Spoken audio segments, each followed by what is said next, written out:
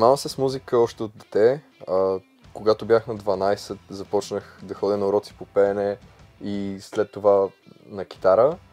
Решихме да стартираме бандата, тъй като бях насъбрал с скалата доста материал. И с Данчо случайно се запознахме на един фестивал, с Благо се познавам от един друг фестивал и ги събрах в един съдбовен ден.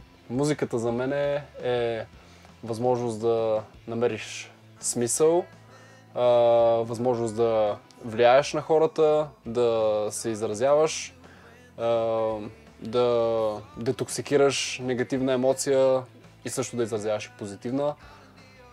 Музиката ме е научила на постоянство, защото както с всяко нещо, ако искаш да го довършиш, трябва да буташ всеки ден. За мен музиката най-вече е safe space, за мен, в който мога да споделям с себе си първо как се чувствам и какво искам да направя с себе си и може би най-вече комуникацията с публиката.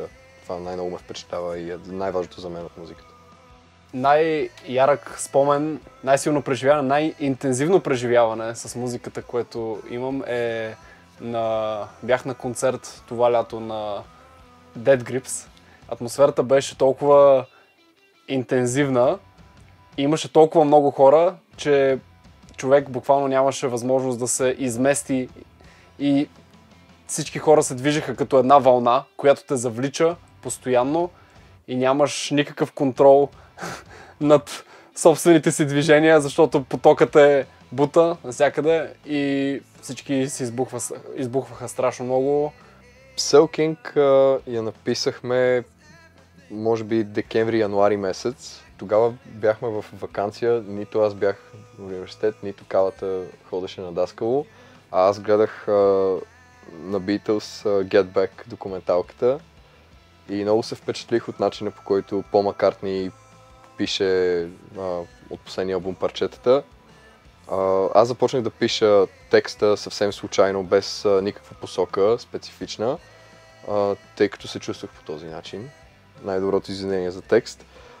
Моите мечти, свързани с музиката, са да достигна до етап, в който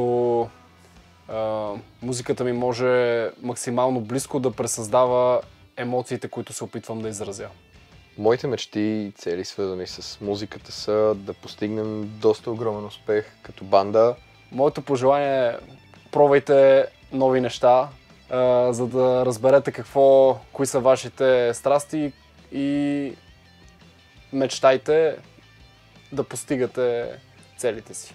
Моето пожелание към всички, включително и хората от студиото, организаторите на Музикален акселератор и бендмейтовете ми от Щорите, е всички да се развиваме по начина, по който искаме, да сме живи и здрави, разбира се. Много обич и много късмет пожелавам на всички, весели празници, когато дойде време за празниците и още много бенгари.